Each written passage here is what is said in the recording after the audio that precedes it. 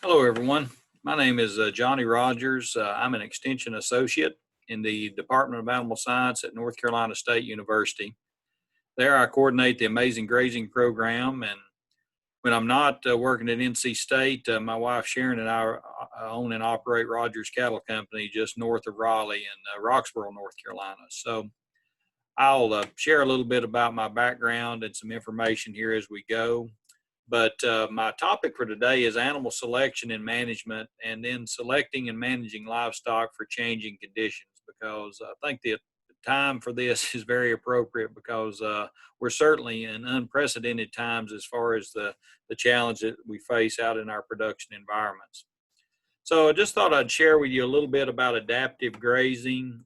That's something we do here at Amazing Grazing and something we like to talk a lot about. It's very similar to management intensive grazing, but the thing that we want to make sure of is that we're using those sound grazing principles and practices that we all kind of know we need to be doing, but we're all also keeping an eye on our production environment, again, how it's changing, and what we need to do on a daily or a weekly basis to make sure that we're being adaptive and flexible with our management to doing what's best for our forages, our land, and our animals, and best for us. So I won't go through all of these one by one, but I did just want to make sure we kind of were together on that.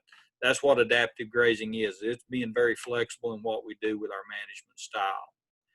I love this quote from Jim Garish, and I think about this quite a bit, and I use it in almost every grazing talk that I do, is because we need to manage that leaf area that we have. We know, as Dennis Hancock always says, it takes grass to grow grass. So we need to make sure we use every acre, and that starts a square foot at a time to protect that leaf area so we can grow more grass in the future for our animals. And we know if we do a good job of growing better grass, we're also going to help protect the soil, and we're going to help feed the soil microbiology that'll help us build more soil structure. When we have better soil structure, we're going to collect more rainwater, aren't we? So that's going to be very important, because it's not always about how much sunlight we get on our land or how much water falls on our land. It's how much we actually capture. It's what we do with that. Both of these things are tremendous opportunities that we have out on the landscape, but we know that there's drastic differences in the quality of work that we're doing out there capturing sunlight and capturing rainfall. So we need to make sure that we try to do a good job of that. And that's what I spend a lot of my time doing with Amazing Grazing. We also spend a lot of time taking those principles and practices and putting them to use on our own farm. And this is my wife Sharon and I. And again, we started up Rogers Cattle Company back in the early 2000s, and we're kind of unique in that we operate on all leased land we have from the get-go, and it's kind of worked out for us. It's just people say, well, how does that work? And I said, I'm not really sure, but it just has worked. And we got great relationships with our landlords, and we take care of the land better than if it was our own, because again, we know it's not our own, because we're all just passing through here, and the land is going to be here far after we're gone. So we need to make sure we take good care of the land and make sure it's ready for the next folks that come along. Limited equipment use, again, we try to focus on grass and livestock, and have very limited equipment. Any kind of hay that we fed, we always buy it. We do have some, a couple of years we've had some excess forage, and we've custom harvested some on our land, and that has worked out okay. But as a general practice, we buy the hay, and we like the idea of bringing in the nutrients and not having to spend the time and the equipment and the expense of making our own hay. So we bring it in.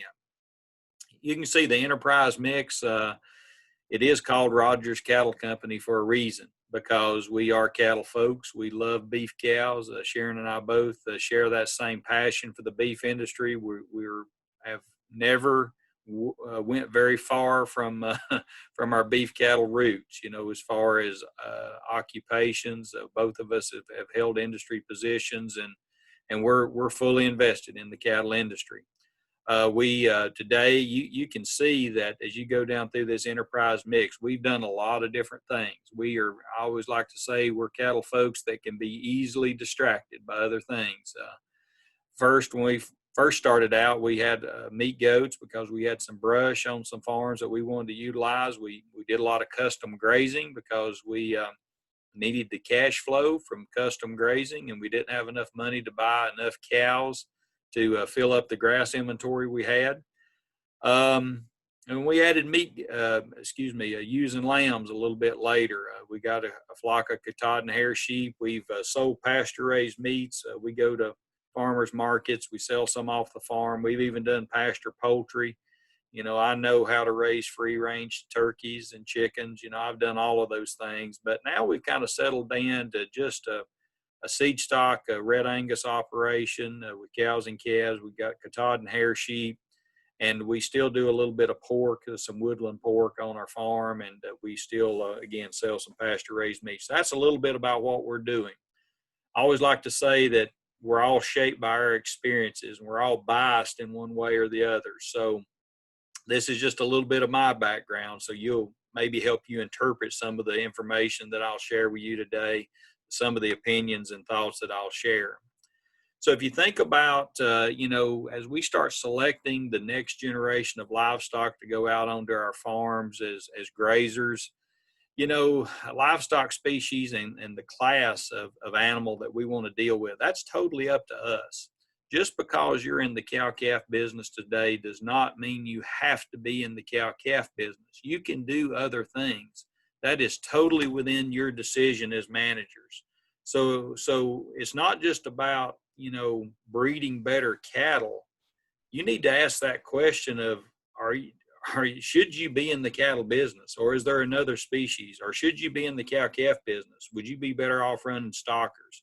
You know, just some things to think about. I'm not trying to change your mind, but as you start thinking about selection, I want you to think more broadly, not just about how to make better of the species that you're dealing with, but also how to make sure we got the right species. Adaptation to the production environment. The more I look at selection, actual genetic selection of cattle specifically, and other types of species as well, should back up to say I'm going to use cattle as the model for everything I talk about today. But when I say cows, it probably applies to ewes and does as well. And a lot of the principles we may talk about even, you know, might even apply to other grazing species. But I'll use cattle because I know in our state, at our, you know, forage and grassland type meetings, you know, beef cows are still the dominant herbivore out in the production environment. So we're going to talk predominantly about cattle, but it will apply a little more broadly to that. But as I think about adapting cattle to the production environment and other factors that we can look at as far as genetics and EPDs and all those other things, man, when the female fits that production environment, when that brood cow fits your production environment, everything else just gets a lot easier, okay?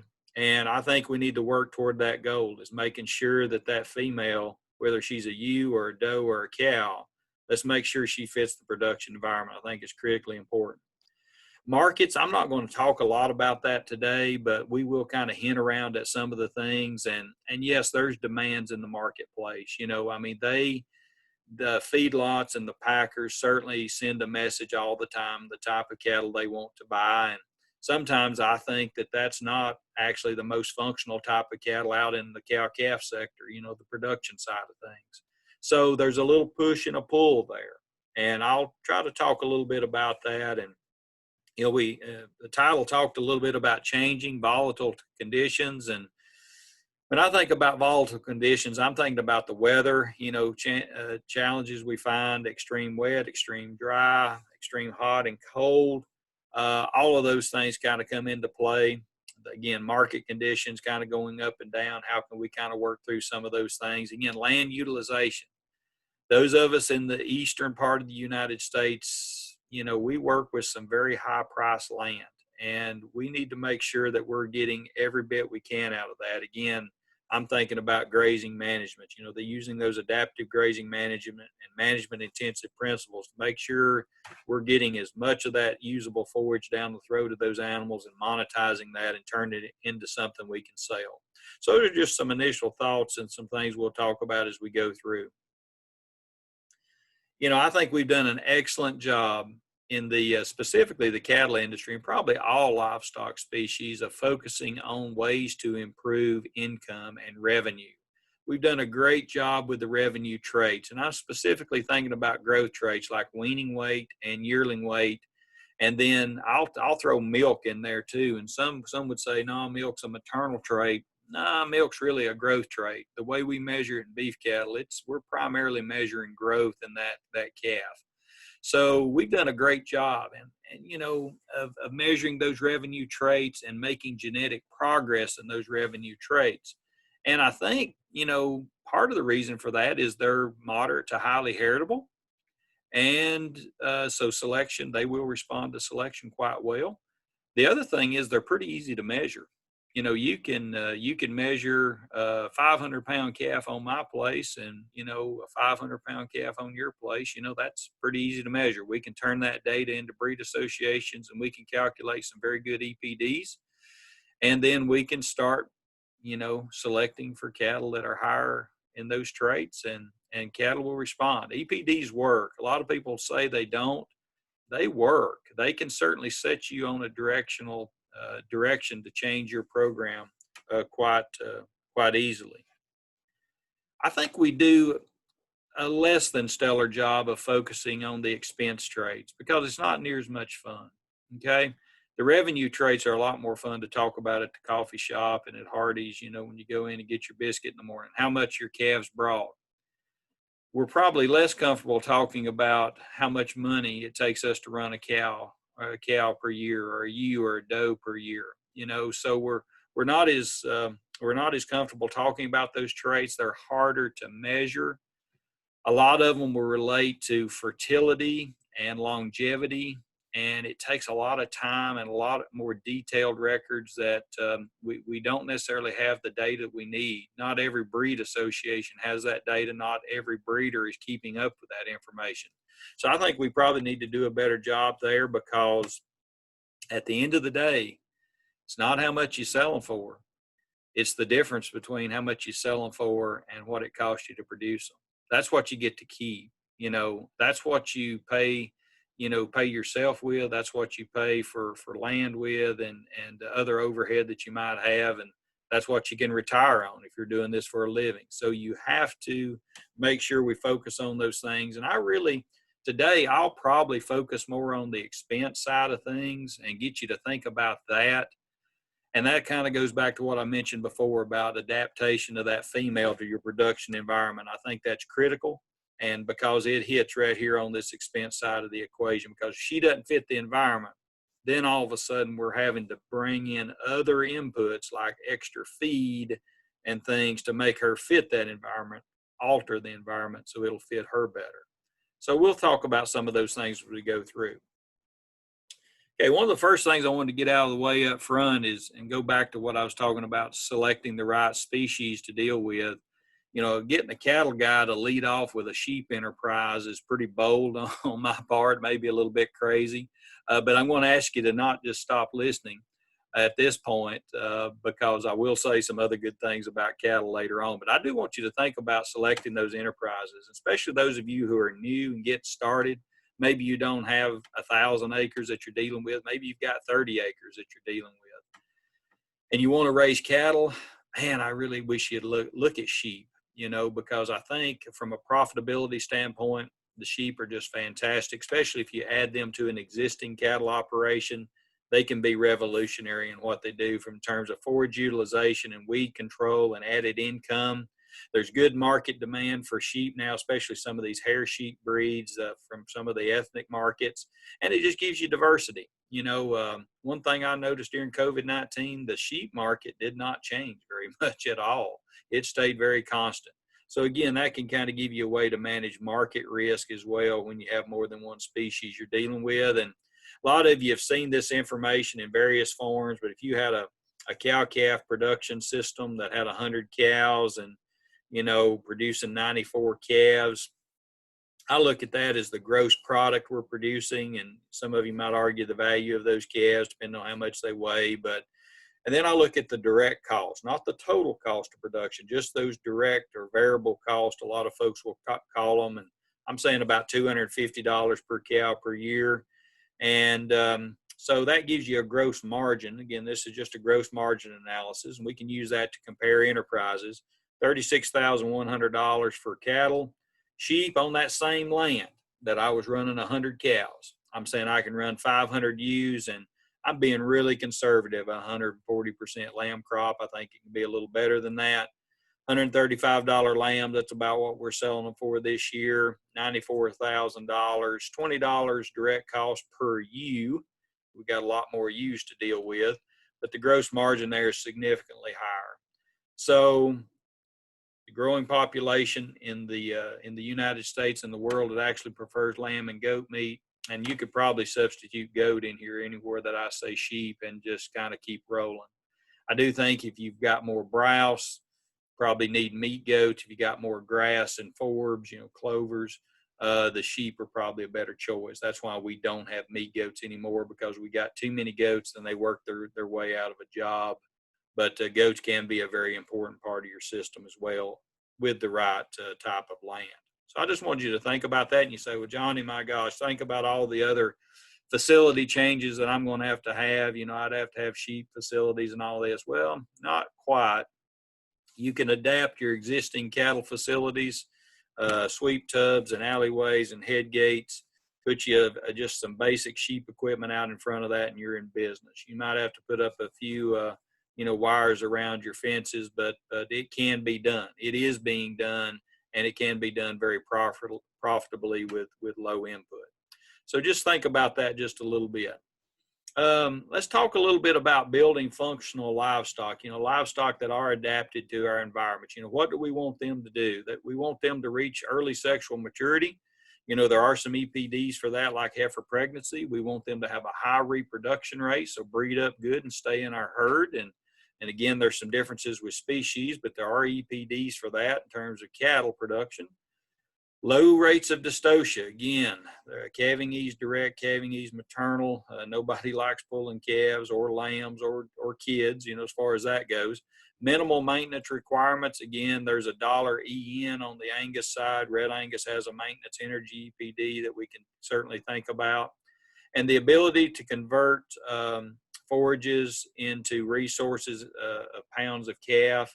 Again, there's economic selection indexes such as the herd builder index that Red Angus uses. Again, I'm a Red Angus guy, so there'll be a lot of Red Angus examples here.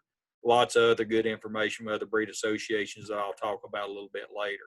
So again, those are just some of the basic things that Dr. Gordon Dickerson at the Meat Animal Research Center said back in the 70s. So this is not new information. We know how to build functional livestock that will adapt to our environment. We have those tools. It's just sometimes we want to get a little sidetracked on other tangents that lead us down the wrong path. So as we start to think about adapting livestock to a production environment, I knew we would get to start talking about breeds of cattle and breeds of sheep and goats, and we had a chance there of really getting off track and creating a lot of tension, you know, because, you know, not all of us can agree on what breed of cattle is the best. So I thought I would just draw some comparisons to pickup trucks, because I know we're all reasonable and we can all come to an agreement on what is the best brand of pickup truck, right? Maybe not, but it was a good thought anyway. Now, obviously, we all have a lot of differences of opinion in terms of pickup trucks, and there's kind of like cattle and all kinds of livestock, good and bad ones in all of them. But I think we can agree on this, is that would you purchase a heavy-duty pickup truck without performance testing under field conditions? In other words, if Chevrolet and Dodge and Ford just kind of use their heavy-duty trucks to drive around town and go pick up groceries and go to the post office, and that's the conditions they tested them under, would you want to buy that kind of truck? I don't think you would. I think you're going to expect that all those major truck manufacturers they're going to hook that truck under a load and take it off up into the hill somewhere and see what it will do. And that's your expectation when you buy one. And I think we need to use that same scrutiny when we're selecting our breeding stock. I mean, should we not use that same attention to detail? Where those cattle are going to be asked to produce and function, we need to keep that in mind, and we probably need to be finding breeding stock and seed stock that are kind of selected under those conditions. So if you're under very arid conditions out west, if you're under very humid conditions in the east, I think all those things come into play. I love this quote from Dave Lawman, the beef specialist at Oklahoma State. Purchase bulls out of cows that are managed like yours or worse. Have never missed a calf and calve early. And I think that's sage advice. You know, why go buy cattle from an environment that's totally different than yours? Okay? Not just cattle, any other species as well. What else did Dr. Lawman say? When he talks about where you're going to buy your seed stock, buy your seed stock from in operations that puts priority on economically relevant traits related to fertility and forage use efficiency. Again, adaptation to the environment. Make sure your seed stock suppliers are culling open cows, keeping early born and early bred heifers, and puts pressure on the cattle to weed out those that do not fit the production environment. And make sure that production environment is very similar to yours as well. So we start talking about a production environment where I farm and where most of you farm. I like to start thinking about adaptation and the ability to handle toxic fescue. Kentucky 31 tall fescue is the most prevalent forage, probably in the mid-Atlantic and kind of the mid-South area where we all are producing. So, and you know, it's a challenge. You know, it can do a lot of tough things to our cattle. We all know what it can do. You all have seen the figures. We know it's probably $1 billion problem in 2020 to our industry.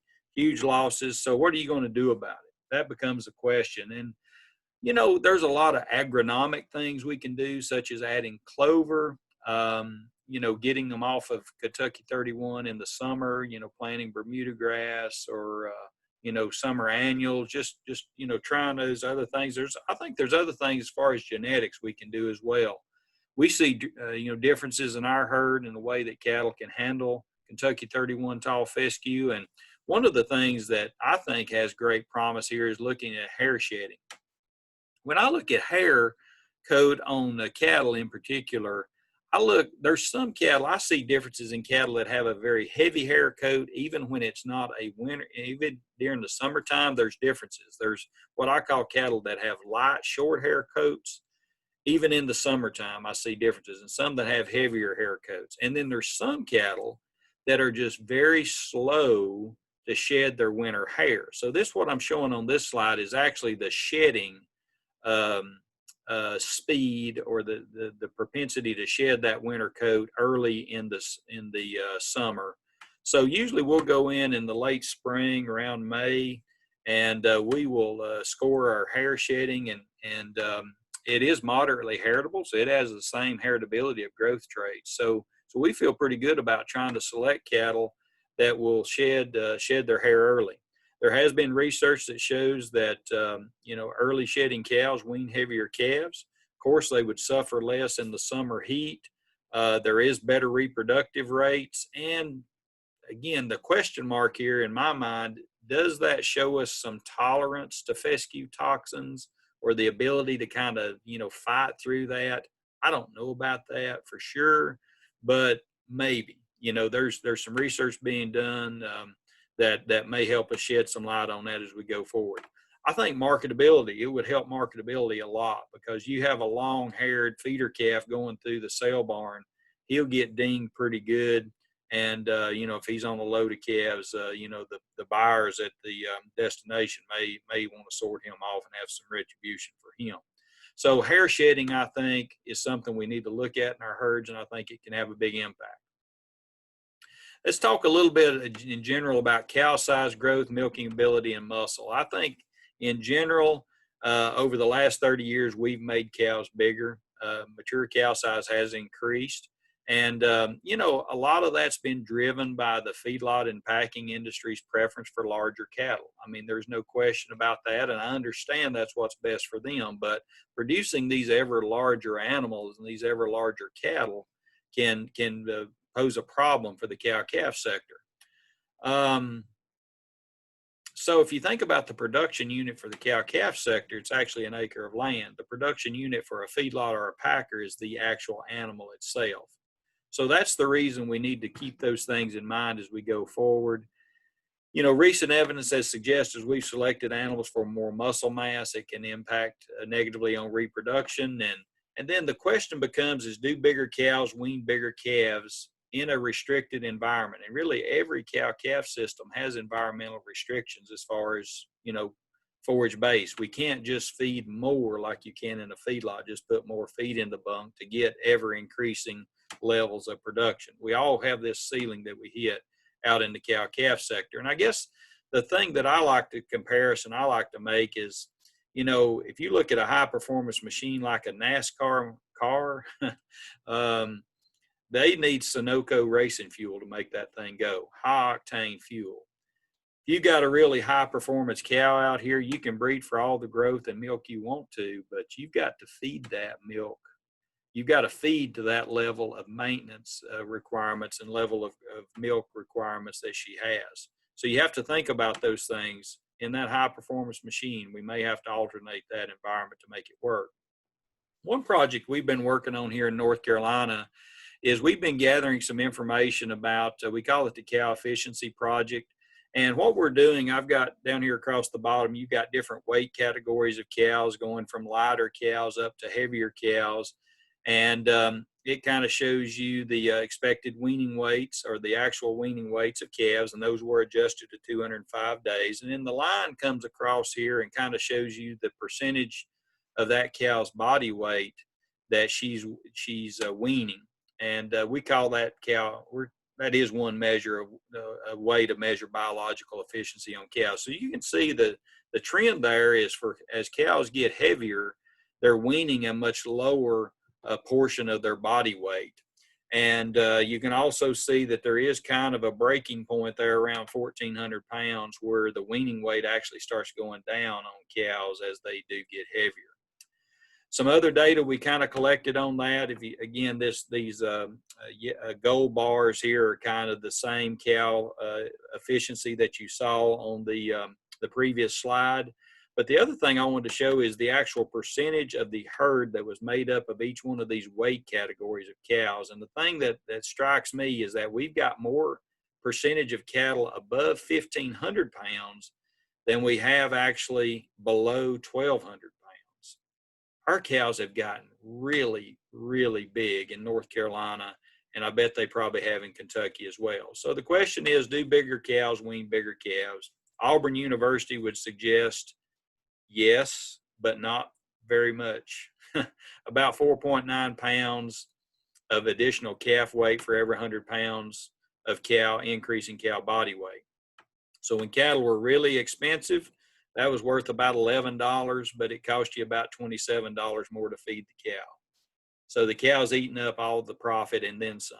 Oklahoma State University showed about 6 pound different increase in calf weaning weight for every 100 pound of calf of cow weight, and they're saying it's going to be about $42 more to keep that cow per year. So a little higher feed cost there, but still, again, not enough revenue from the calf to cover the extra cost of keeping that heavier cow. Just some of the preliminary information that Dr. Poore and I have been working on at NC State. We think for every 100 pound increase in cow body weight, we are getting about 9 pound increase. So it is more than the other two, but I've not done the economics yet, but it's probably not going to be very pretty because I think our cost of production will still be pretty high. So here's some information from Dr. Bob Weber at K-State, again, that kind of ties together some of this production environment, you know, weight of cow, milk production information that we've been talking about. So if you'll see the baseline there is a 1,200 pound cow, 20 pounds of milk. On this particular farm or ranch, we could run 100 of those cows. As we start making those cows milk more, or as we start making those cows heavier, we have to run less of them. because again, an acre of land is the fixed production unit that we have. There's only so much forage that's going to be produced. If we decide to run the same number of cows and make them bigger and heavier milking, it's going to probably degrade our pasture resource. We're going to overgraze. We're going to have to feed more hay or more silage, and it's going to cost us more. And over time, our pasture resources are probably going to be degraded. So again, that's something we don't want to go down that road. We just need to be cognizant as our cows get bigger and heavier milking. We need to adjust our stocking rates to make sure it reflects what our land is actually producing. So let's talk a little bit about livestock selection. And again, this is more general about livestock. And when you start talking about selecting breeding stock, rams, bulls, bucks, or ewes, does, and cows, functionality and structural soundness and body depth just are very high on the list. You know, growth and performance can be very important. We need cattle that grow, but maybe not as excessive selection for growth as what we've seen in the past. Balance and eye appeal will be good. Of course, muscle, you know, an adequate amount of muscularity is good, but not excessive. And the boys need to look like boys, and the girls need to look like girls, you know, and the masculinity and femininity can come into play there quite a bit. Just a little bit about body depth. I won't go through each one of those, but certainly the depth of body right behind the shoulder and at the rear flank, and then the arc and curvature to that rib cage. It's so, you know, cattle need to be three-dimensional. And this is where they need to have a lot of room and capacity and be able to digest a lot of low-quality feedstuffs. That's why I think body depth and body volume are so critical for graziers to really select for that. Feet and leg structure can lead to longevity, and really, you know, you can get them too straight. You can get them with too much set to their hock. So again, we need to look at that as we start building functional seed stock. Foot scoring has received a lot more attention here lately, and justifiably so. If you've not had a chance to look at that, make sure you're looking at it. Make sure your seed stock suppliers are looking at the feet structure on cattle, and make sure they're culling the ones that are unacceptable. Udders would be the same way. You know, you don't want to have cattle with, you know, large teats and udders with poor suspension. We need to have fault-free livestock, and particularly this would, of course, related to cattle, but we need cattle that are sound in terms of their feet, legs, and their udders. Let's just focus in a little bit on selecting functional heifers. Again, we want them to get pregnant. Again, this would same thing for ewes and does. We want them to have a good phenotypic performance and appearance. We want them to be sound. We may want to go in and measure their pelvic area to make sure they're going to be adequate there to have no issues with dystocia. And a lot of folks are using reproductive tract scoring, again, to weed out those heifers that are not cyclic and are not functioning at a very high level. Genetic potential, you know, on registered heifers or even commercial heifers, if you've got the data, you know, use that pedigree performance information out there. Environmental adaptation, I love the hair coat scoring, and, you know, trying to look for every avenue I can to determine if they're going to be able to handle toxic fescue. EPDs, genomics, and ultrasound data can all be used. And what I like to think about on a commercial operation is I like to cull those extremes, the extreme small ones, the extreme large ones, the really heavy muscled ones, you know, the really big ones, the really small ones. You know, let's kind of, you know, keep all of those things in the middle. That'll help us build more uniform calf crops, and we all know that's worth more in the marketplace. I think it'll also help us fit cattle, find cattle that fit our production environment better.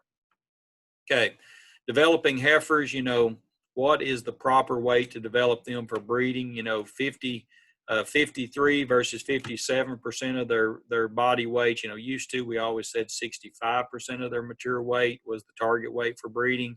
Now we're able to hit these target weights and still get good reproductive performance at a decreased cost, and no differences in calf production, and you know, decreased weight through the fourth pregnancy diagnosis. We're able to kind of keep those cows a little more moderate in terms of size by not getting them so big prior to breeding. I think we've been overdeveloping our heifers a bit by sending them all the way to that 65% of their mature weight level.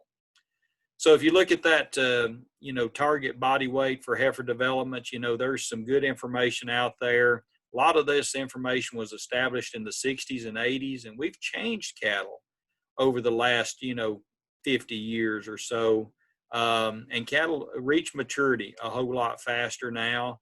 And I think, that 60 to 65% of their mature weight, I think now you can actually shoot below that. That 55% of their mature weight might be a better target weight for breeding heifers, and we can get it done cheaper and still get good reproductive performance. There's a host of researchers there, Funkston and Mullinex, Larson and Roberts. A lot of those guys have put together some great information to showing us a lower cost way to still get good reproductive performance on our heifers. I like the fact that, you get these heifers, in a feedlot, and this would be probably, maybe a more intensive way to develop heifers versus a less extensive.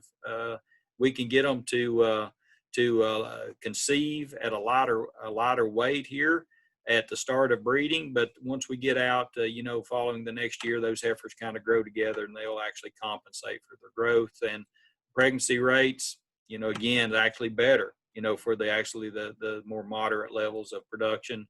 This is the other thing I kind of like, is that the longevity of these heifers, the ones developed out on range, on pasture situations, is what I would consider it for us. They're just lasting longer than those that are developed in a feedlot.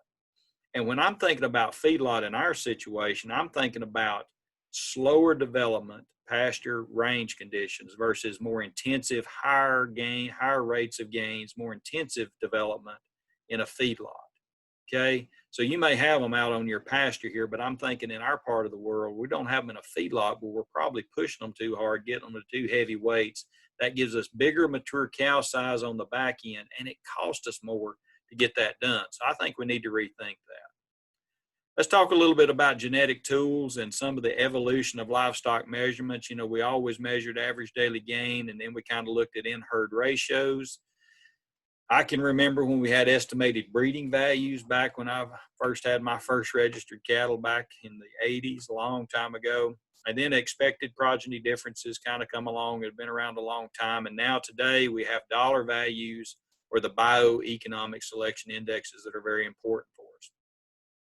All of us know that an EPD is just the best tool that we have to measure the genetic value of an animal, especially relative to that animal into that breed relative to another animal. And we know that the information that goes into that are the individual performance, pedigree, progeny, and now genomic information can kind of help us all build a better tool to help us select our livestock better. The other thing I wanted to throw in, I'm not going to spend a lot of time on contemporary grouping. I just wanted you to make sure that when you go to buy seed stock, you're buying from a reputable supplier that builds good contemporary groups, because these within herd comparisons are still very important as they go into an EPD calculation. You all know how EPDs work, and this is an example of weaning weight, and you can see the black bull with a 2 EPD for weaning weight versus a 22. You can see down here on this graph at the bottom, that is not an absolute predictor of performance. And there's tremendous overlap between the calf crops generated by these two different bulls. But on the average, the bull with the higher EPD will wean more pounds in his calf crops than the one with the lower EPD. So that's kind of the way EPDs work. They're not an absolute predictor of performance, but they will create directional change in the direction that you're selecting for. The other thing I put in here was a percentile rank breakdown. It's really hard for me to look at a lot of different breeds and a lot of different numbers. All of them have different base numbers for each EPD. I love to look at just the percentile rankings, because I know that if I'm in the top 1% of that breed for that trait, I know that's where I kind of want to be, or top 10% or top 20%, wherever you want to be, wherever you think it should be, that's where you can be. And then you can just look at those percentile ranks. That can help you without, not having to keep up with numbers. What's the average calving age direct for Angus versus Red Angus versus Hereford, so forth and so on. Again, I'm not going to focus a lot on growth EPDs, weaning weight, yearling weight, because I'm pretty sure in milk, we're all very familiar with those. I thought I'd just throw in a few here, maternal-oriented EPDs that you may not be using or may not be as familiar with. Calving ease, maternal or maternal calving ease is just percent of unassisted births only on first calf daughters. Most people don't read that whole sentence. It's the percent of unassisted birth on first calf daughters, not on mature cows. The data on the assistance or lack of assistance on mature cow births, they don't go into the calculation. So it's only on heifers, okay? Heifer pregnancy EPD, probability of a heifer to a calf at 2 years of age. Good information there. Mature weight, mature height, again, can be used to help control and select against excessive mature cow size. Stayability is percent of daughters remaining in the herd at 6 years of age. Why 6 years? Most economists would tell you that's kind of the break-even year on heifer development, bringing her into the cow herd. So if she doesn't stay that long, that's not a good thing. So we need her to stay even past that. Sustained cow fertility is something the Hereford Association uses. I really like this EPD. It's prediction of the cow's ability to continue to calve from 3 years of age on through 12 years of age, assuming she calved it as a 2-year-old. So I think that's a great EPD as far as longevity in a herd. Gestation length and docility. I've concluded docility in here as a maternal EPD because some studies are now showing that calmer cows actually have higher reproductive rates. So certainly something to keep in mind. The biological or bioeconomic selection indexes that are available to our industry has never been higher. I would categorize them into maternal indexes, terminal indexes, and then all-purpose indexes. So you need to make sure you're picking the index that is right for you. And we can talk about that during the question session if you want to, but there's a lot of good indexes out there relative to different breeds and just some things that you may want to look at. So what are some of the things we have out there that would help us become more efficient in our grazing operations? I think cow size, let's use the production records and weights on those cows to cull some of those larger, lower performing cows out of our herds. And then maybe use select bulls that, with mature weight EPDs that are on the lower side to help us reduce cow size in our herds, or certainly keep it at a maintenance level. Reproductive performance, is key tied to efficiency. The cows have to breed, and we got to cull open cows, make sure your Seedstock supplier is doing that as well. Using a planned crossbreeding system and using heterosis and breed complementarity to build better hybrids can be a great thing. And then making sure that we're bringing in the right kind of next generation of females, whether it's heifers or ewes or does, and getting those developed to the proper level. Avoid extremes. Use the heifer pregnancy EPDs as well as genomic testing. And again, I think we can use that 55% of mature weight to achieve acceptable reproductive rates and as far as heifer development goes. Stayability EPDs, dollar energy values, all of these things can help us find cattle that are better fits for our production environments. You may ask why crossbreeding. I'm not going to spend a lot of time on this, but man, it is the only free lunch that we have in the livestock industry, especially when we have a crossbred female mated to a sire of a third breed. So that's where most of the gain is made from a heterosis standpoint, and the use of crossbreeding.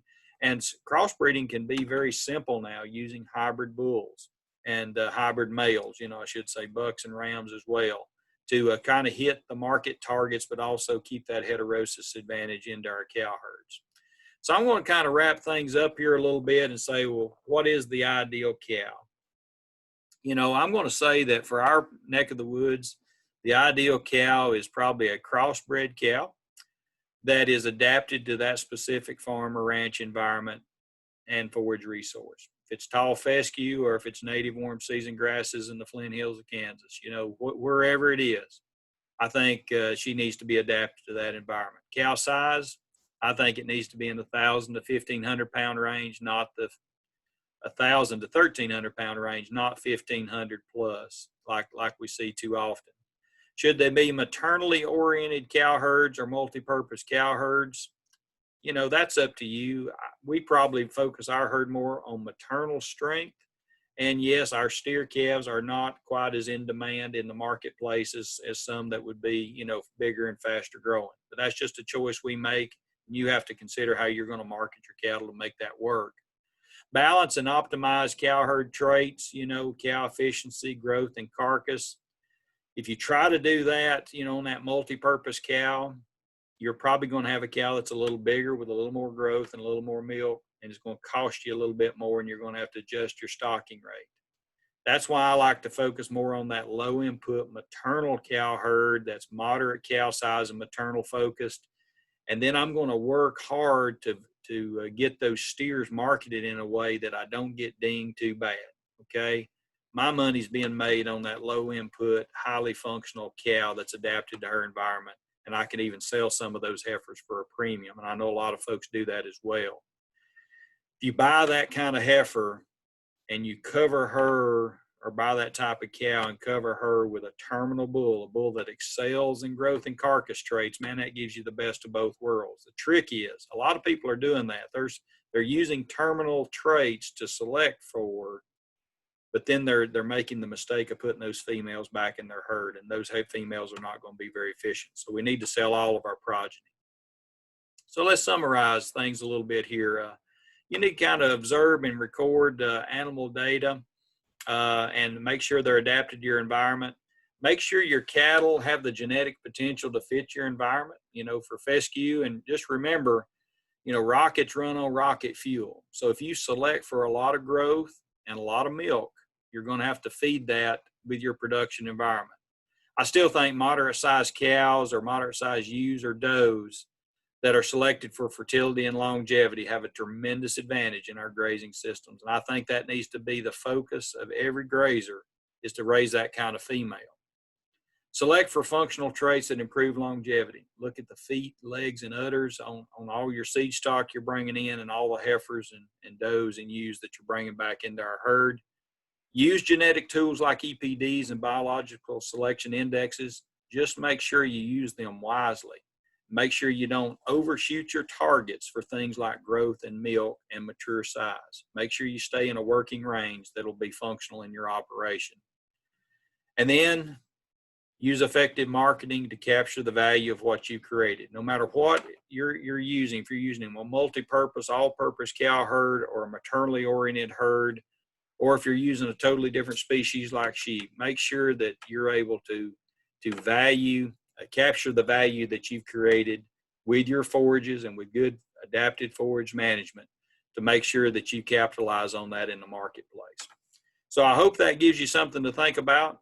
I've enjoyed and I appreciate the invitation to participate in this meeting. I wish I could be there in person, and I hope to see you guys soon. Thank you.